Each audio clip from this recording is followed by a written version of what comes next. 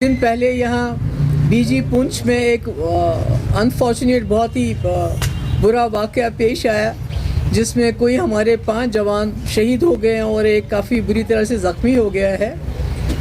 और उम्मीद तो ये की जाती थी कि जैसे सतपाल मलिक साहब ने बताया कि जब पुलवामा अटैक हुआ तो उसको छुपाने की कोशिश की गई। यहाँ ये उम्मीद की जा रही है कि इसको मामले की तह तक पहुंचने की कोशिश की जाएगी और पता चलना चाहिए कि इतने सिक्योर्ड एरिया में जहां फ़ौज का इतना बड़ा दबदबा है, ज़्यादा दबदबा है, ये कैसे हुआ। देखिए, जहां तक इन्वेस्टिगेशन का सवाल है, हम चाहते हैं इसमें इन्वेस्टिगेशन होना चाहिए, आनी चाहिए। मगर जिस तरह से अभी मैंने ये इमरजेंसी में आप लोगों के यहाँ प्रेस कॉन्फ्रेंस इसलिए बुलाई कि पिछले एक हफ्ते से जब से ये वाक़या हुआ है, जो हालात पुंछ के बने हुए हैं, राजौरी के बने, ख़ासकर पुंछ डिस्ट्रिक्ट के बने हुए हैं, वहाँ जो जुल्म का तांडव चल रहा है, जिस तरह लोगों को पकड़ के उनको टॉर्चर कर रहे हैं, उनसे पूछताछ हो रही है, जिसमें आपने भी सुना होगा एक आदमी मुख्तार शाह बटादुरिया का रहने वाला, जिस पे जो कस्टडी में, पुलिस की कस्टडी में उसको लेके गए थे, उसके बाद ये बताया गया कि उसने खुदकुशी की। तो उसके घर वाले कहते हैं कि अगर ये कस्टडी में था, आर्मी की, पुलिस में की कस्टडी में था, तो कस्टडी में कोई खुदकुशी कैसे कर सकता है। आपने खुद भी नोट किया होगा 2019 के बाद कई बार ऐसा हुआ, जो सस्पेक्ट्स होते हैं उनको कहते हैं कि हम इनको जी हाइड आउट की तरफ लेके जा रहे थे, वहाँ से मिलिटेंट ने गोली मारी और ये मर गए, या तो हम इसको हाइड आउट की तरफ लेके जा रहे थे, ये भाग गया। और उसके बाद जैसे अब्दुलरशीद डार की मिसाल है जो यहाँ कुनन पोशपोरा में। और आज ये जो मुख्तार शाह है, कोई 35-36 साल का आदमी है, ये इसको आर्मी और पुलिस जो इल्ज़ाम है उनके घर वालों का, उसको उठा के ले गए और उसके बाद इसके घर पे छापा डाला गया पुलिस की तरफ से, एनआईए की तरफ से, तीसरी एजेंसीज की तरफ से। इनके घर को तितर बितर किया गया। इसका बाप जो बहुत ही बुज़ुर्ग आदमी है, उसके साथ बड़ी बदसलूकी की गई, इसके बीवी बच्चों के साथ बदसलूकी की गई। और अचानक एक वीडियो आता है जिसमें ये शख्स ये कहते हुए सुना जाता है कि मैं तंग आ गया हूँ, मेरे घर वालों को, मेरे दोस्तों को, मेरे गांव वालों को तंग किया जा रहा है, और हाथ में उसके बॉटल है। मगर अगर वो वीडियो उसने खुद शूट किया है तो फिर वो नहीं चाहिए था, वो एक ही जगह स्टेशन होना चाहिए था, वो नहीं। इसका मतलब है कोई ना कोई ऐसा ज़रूर था जिसने इसकी, अगर इसने खुदकुशी की है तो उस खुदकुशी के में उसको साथ दे रहा था। वो कौन है? इट्स अबेटमेंट टू सुसाइड, उसको सज़ा होनी चाहिए, इसका इन्वेस्टिगेशन होना चाहिए। बल्कि हालांकि उनके घर वालों का ये कहना है कि हमें शक है कि इसने खुदकुशी की गई, इस पर दबाव डाला गया, उसके बाद इसको कहीं फेंका गया, जहाँ से इसको अस्पताल लेके गए, पहले मेंढर और उसके बाद राजौरी, जहाँ ये मर गया।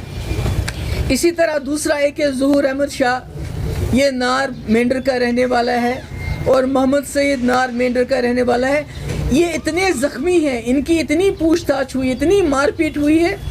एक तो मेंढर अस्पताल में है, एक राजौरी के अस्पताल में है, और इस वक्त सैकड़ों लोगों की पूछताछ हुई है, और उसमें दर्जनों या तो आर्मी की कस्टडी में है, या तो पुलिस की कस्टडी में है, या एनआईए की कस्टडी में है। तो मैं पूछना चाहती हूँ जो यहाँ सरकार है कि राजौरी पुंछ के लोग सबसे ज़्यादा अमन पसंद है, इन्होंने बंदूक को कभी सपोर्ट नहीं किया है, तो क्या आप जानबूझ के इन लोगों के ऊपर जुल्म ढाते हुए इनको मजबूर करना चाहते हैं कि ये कुछ ऐसा अपने डिफेंस में, अपने आप के, अपने बचाव में ये लोग कोई ऐसा वैसा रास्ता इख्तियार करें जिसके नताइज हम सबको भुगतने पड़े। और यहाँ से मुगल रोड का रास्ता भी बंद है, उसको भी नहीं खोलते हैं। कम से कम इंसान जाए वहाँ, देखे वहाँ जो इतना जुल्म और सितम हो रहा है, कोई बात नहीं कर पाता है। बात करने की कोई बोलता है तो डर जाता है, बात नहीं कर सकता है। इसके मुख्तार के घर वाले, औरतें रो रही थी, वो चिल्ला रही थी, मगर मर्द बात नहीं करते हैं। वो कहते हैं जी हम बड़े वफादार हैं, हमने पहले भी आर्मी का साथ दिया है, آگے بھی دیتے رہیں گے. مگر ہمارے ساتھ یہ کیا ہو رہا ہے؟ یہ تو ہوگی راجوری پونچھ کی بات، جہاں بہت ہی اس وقت ظلم کا ٹانڈو، اتنی مصیبتیں لوگوں کو ہو رہی ہے کہ جس کا کوئی حساب نہیں. اس کے علاوہ اگر آپ دیکھیں گے جب سے G20 کا سلسلہ شروع ہو گیا ہے، پکڑ دکڑ شروع ہو گئی ہے. نوجوانوں کو پولیس اسٹیشن بلانا شروع کیا گیا ہے. خاص کر ساؤتھ کشمیر میں اس وقت سینکڑوں کی تعداد میں لڑکوں کو جیلوں میں بند کیا گیا ہے، جس میں خالی پلوامہ کے کوئی 60 لڑکے ہیں، شوپین سے ہیں، اننت ناگ سے، کلگام سے ہیں، اور اب سری نگر کی طرف بڑھ رہے ہیں. کیونکہ G20 جو ہے میں 20 کو شہر آ رہے ہیں وہ لوگ، تو اس سے پہلے یہاں کے نوجوانوں کی پکڑ دکڑ شروع ہو گئی ہے.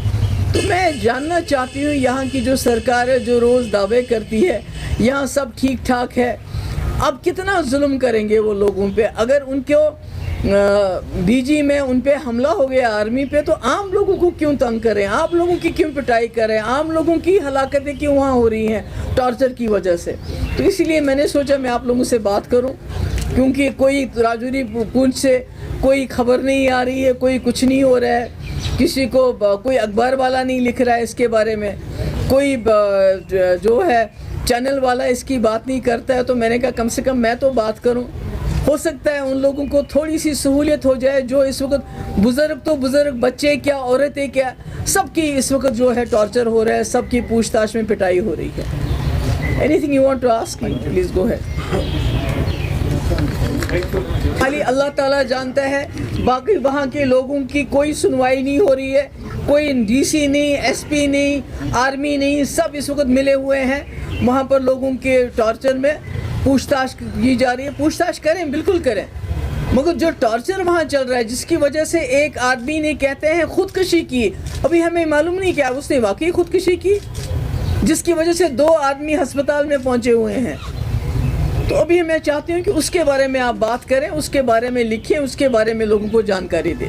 محبوبہ جی 2019 کے بعد جب ابروگیشن بات کی بہت سارے نوجوان جو ہیں وہ انہیں بند کر دیا گیا اس میں، اور بہت سارے نوجوان جو ہیں وہ جیلوں میں پڑے ہوئے ہیں، اور دوسری طرف حکومت ہند جو ہے وہ G20 سمٹ کر رہی ہے. تو اس میں آپ کو تضاد نہیں لگتا؟ دیکھیے اس میں کوئی شک نہیں کہ ہمارے جو ہیں سینکڑوں کے ہزاروں کے تعداد کے مطابق ہمارے نوجوان نہ صرف جموں کشمیر بلکہ باہر کی جیلوں میں ہیں، اور ان پہ کوئی کیس نہیں چل رہا ہے، کوئی گواہی پیش نہیں ہوتی ہے، جس کی وجہ سے جو پروسیس ہے وہ بہت بڑی سزا بن چکا ہے.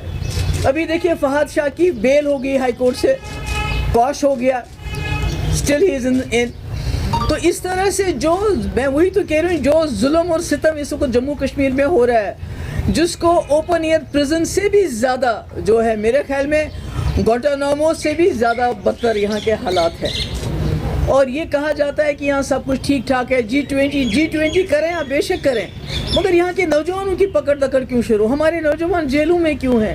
اگر آپ نے ان پہ کیس چلائیں تو کیس چلائیے، گواہ کو پیش کر لیجئے، وہ بھی نہیں کرتے ہیں. کوئی ان کا نام و نشان ہی، کوئی نام ہی نہیں لیتا. ان کے گھر والے بیچارے غریب ہیں، وہ وکیل کیا لڑیں گے؟ وہ تو وہاں جا بھی نہیں سکتے ہیں.